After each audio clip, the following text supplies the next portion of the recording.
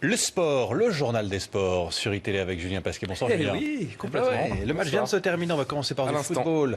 L'ouverture de la 26e journée de Ligue 1 avec une victoire arrachée in extremis à domicile par Rennes face à Angers. Et Dieu sait que cette saison à domicile c'est compliqué au Roazhon Park pour les Rennais qui s'imposent donc in extremis 1-0 en ouverture de cette 26e journée contre l'équipe d'Angers qui décidément marque le pas dans cette année 2016. Le seul but de la rencontre alors que vous découvrez quelques occasions angevines et rennaises dans cette rencontre et l'entrée en jeu à la pause de Yohan Gourcuff qui n'était pas titulaire au coup d'envoi. Un poteau d'Mbengue dans cette rencontre en faveur des Rennais qui ont donc poussé, qui sont donc parvenus à s'imposer en toute fin de rencontre. Un but malheureux puisqu'il est marqué contre son camp par l'Angevin Bokamoutou, 1-0 donc score final. Une bonne opération pour le Stade Rennais qui double du coup son adversaire du soir au classement. Les Angevins accusent le coup, je le disais, c'est quand même la 5e défaite en 6 matchs pour Angers sur ces 6 derniers matchs. Vous découvrez le programme complet de cette Ligue 1 avec le Paris Saint-Germain qui affrontera Lille. On va y revenir. C'est à 17h demain sur Canal+.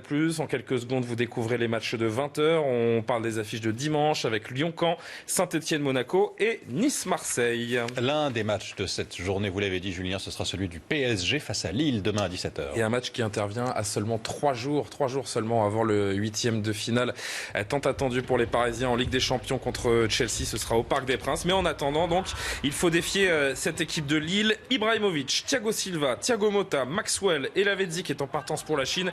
Eh bien, ces garçons ne sont pas dans le groupe parisien. Ils sont préservés par Laurent Blanc. En revanche, retour de Pastore et de Verratti, l'entraîneur parisien qui a prolongé son contrat jusqu'en 2018. On l'a appris hier. Il devrait aligner, on l'a compris, une équipe largement remaniée afin d'éviter toute blessure avant ce rendez-vous capital pour les Parisiens. Écoutez. Le fait d'avoir peur de se blesser.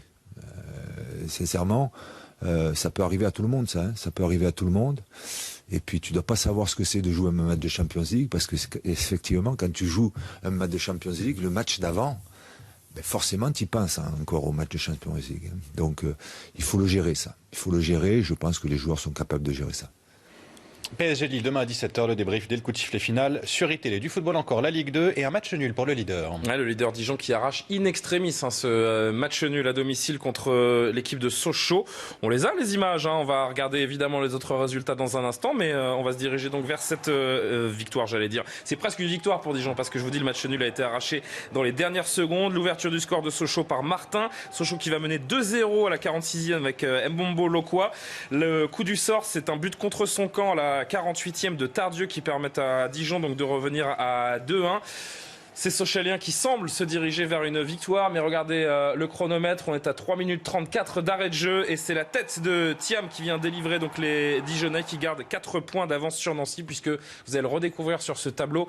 Nancy a fait match nul 2 partout à Auxerre, Nancy qui est deuxième, donc statu quo en haut du classement, vous l'aurez compris. Sochaux est 19e toujours, mais à 2 points seulement désormais de Nîmes qui est 17e. C'est une belle semaine pour Sochaux qui, vous le savez, a sorti l'AS Monaco en Coupe de France. Une victoire et un record égalé pour Martin Fourcade en biathlon. Après une 3e place dans le sprint hier, Martin Fourcade a remporté la poursuite à Presqu'île aux États-Unis. 7e victoire de l'hiver pour Fourcade, la 44e de sa carrière en Coupe du Monde. Il égale la légende Raphaël Poirel, le Français qui ancienne gloire du biathlon français. Aujourd'hui, il a devancé un Norvégien et un Russe. Fourcade a un succès qui lui permet de s'avancer vers un 5e titre consécutif en Coupe du Monde. C'est tout ce qu'on lui souhaite. Merci Julien et à tout à l'heure.